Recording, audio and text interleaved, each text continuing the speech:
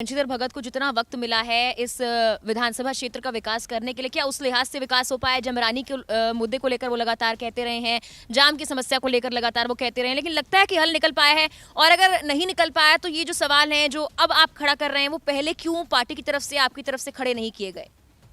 आपको शायद जानकारी नहीं होगी, आप मीडिया में हैं।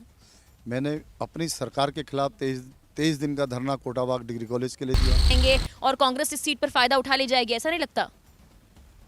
महेश शर्मा जी लगभग 2 बार निर्दलीय चुनाव लड़े हैं, तीसरी बार वो कांग्रेस से लड़ रहे हैं।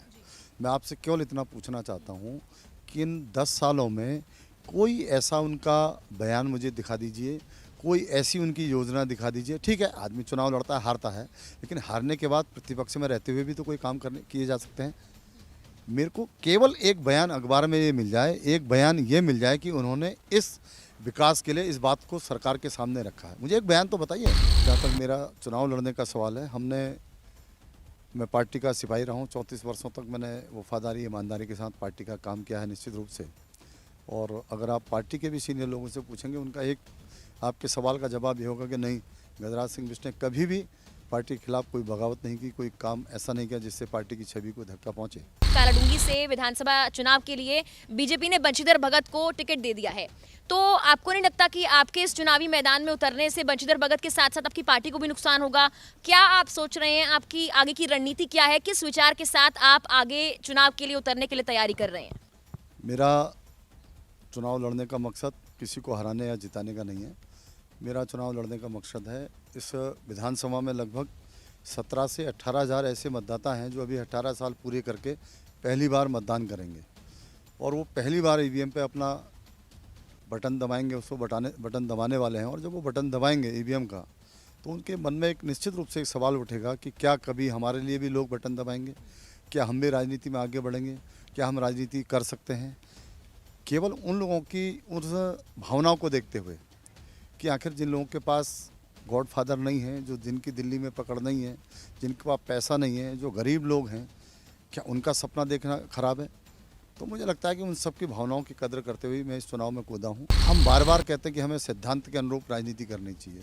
ये जो हम बार बार कहते हैं कि नैतिकतावादी हमें राजनीति करनी चाहिए, आखिर किस प्रकार की नैतिकता है, किस प्रकार की सिद्धांत हैं जो 1 मिनट में, मैं तो दोनों दलों से पूछना चाहता हूं कि आखिर देश के अंदर ऐसी कौन सी जड़ी बूटी है, ऐसी कौन सी दवाई है जो आधे मिनट में आपकी विचारधारा को पलट दे रही है? आधे मिनट में आप अपनी विचारधारा छोड़कर दूसरी विचारधारा में सम्मिलित हो जा रहे हैं। केवल सीट के लिए सारी चीज़ें हो रही हैं, केवल कुर्सी के लालच में सारी चीज़ें हो रही हैं। बंशीधर भगत जो हैं, उनको लेकर लोगों में थोड़ी नाराजगी है। बीजेपी को लोग सपोर्ट कर रहे हैं, लेकिन चाहते हैं कि चेहरा चेंज हो जाए। फिर भी आखिर ऐसा क्यों हुआ कि पार्टी ने उनको ही टिकट दिया और आपको नजरअंदाज कर दिया? इस चीज का दुख कई कार्यकर्ताओं को होता है कि वो शुरुआत से पार्टी के साथ काम करते हैं, युवा चेहरा होते हैं पार्टी का, लेकिन आखिर मौके पर पार्टी उनको नजरअंदाज कर देती है। तो इसको लेकर आप क्या कहेंगे? मैं समझता हूँ कि मैंने अपने जीवन में बहुत सारे संघर्ष किए हैं, बहुत सारी चीज़ों को लेकर मैं आगे बढ़ा हूँ। यहाँ की क्षेत्र की जनता जानती है कि मैंने क्या क्या काम इस क्षेत्र के लिए किए हैं। उन सब जो मैंने काम किए, उन सब काम लोगों को लेकर मैं जनता के बीच में जा रहा हूँ। और मुझे खुशी इस बात की है कि जनता बिना मेरे फ़ोन किए हुए मेरे पास फ़ोन आ रहे हैं कि नहीं, हम आपके साथ हैं। और निश्चित रूप से एक नया विज़न लेकर आप इस विधानसभा में आएंगे। वो परिवहन मंत्री रहे, कालाडूंगी में वो बस अड्डा नहीं खोल पाए। वो कृषि मंत्री रहे, वो कालाडूंगी में मंडी नहीं खोल पाए। आखिर इस तरफ कौन ध्यान देगा? मैंने कई बार कहा, मैंने कहा भाई आप अपने बेटे को दे दीजिए टिकट, वो कम से कम पढ़ा लिखा है, आगे विजन लेकर तो आएगा, नया विजन तो लेकर आएगा। हमने कहा हमको मत दो, लेकिन नई पीढ़ी को आप आगे तो आने दो। लेकिन नहीं, अब पता नहीं कौन सी महत्वाकांक्षा है, कौन सी ऐसी इच्छा है कि जो मुझे लगता है कि 30 सालों में नहीं पूरी हो पाई, और लगातार फिर नहीं मुझे ही लड़ना, नहीं मुझे ही लड़ना, नहीं मुझे ही लड़ना। हम अगर इस बात को ये कहते हैं कि केवल मुझे टिकट दिया जाए, तब मेरी नाराज़गी हो सकता है कि मैं गलत होता।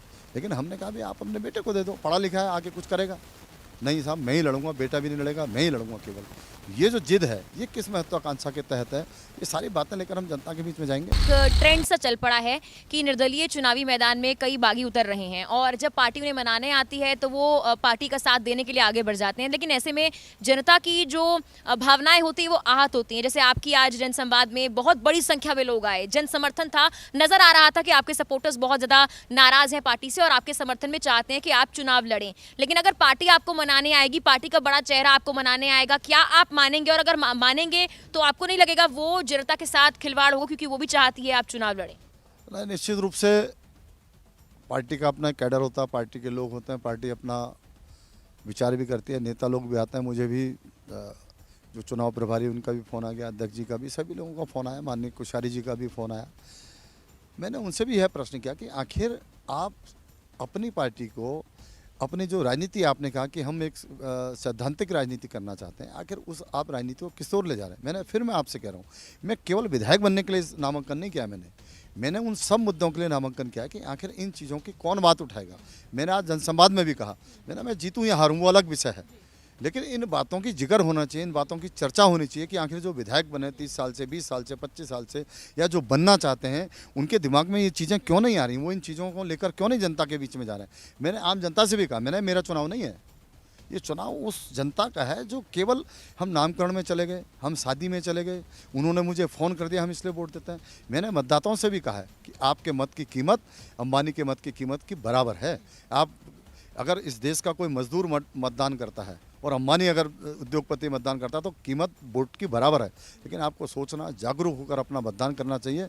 और जो भी चुनाव में लड़ें, हम लड़ें, दूसरा लड़े, तीसरा लड़े, आप एक बार उनसे पूछे तो सही, उनसे आप अपने प्रश्न तो करिए कि आपने इतने साल, मैं कहता हूँ कोई विधायक नहीं बना, लेकिन उससे पूछने का कर्तव्य बनता है जनता कि भाई आप किस चीज़ को लेकर आप आगे रहें।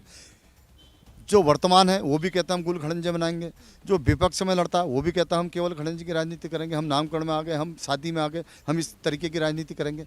आखिर जो इस क्षेत्र के विकास के लिए जो विजन है वो किसके पास है, इन सब बातों को जनता ने भी पूछना चाहिए। तब जाकर जो चुनावी मैदान में उतरेंगे तब उनको लगेगा कि नहीं, अब जनता अब जागरूक हुई है और हमसे प्रश्न कर रही है। तो इन सब बातों को लेकर हमने ये नामांकन किया है और निश्चित रूप से हम चुनाव लड़ेंगे। और चुनाव लड़कर जो भी फैसला, मैंने आज जनता के बीच में, अगर आपने मेरा भाषण सुना होगा, मैंने कहा कि भाई अपना जीवन में अपना राजनीतिक भविष्य आपके चरणों में निछावर है, जो भी आपका फैसला होगा, जो भी आपका निर्णय होगा, उसमें हम अटल रहेंगे।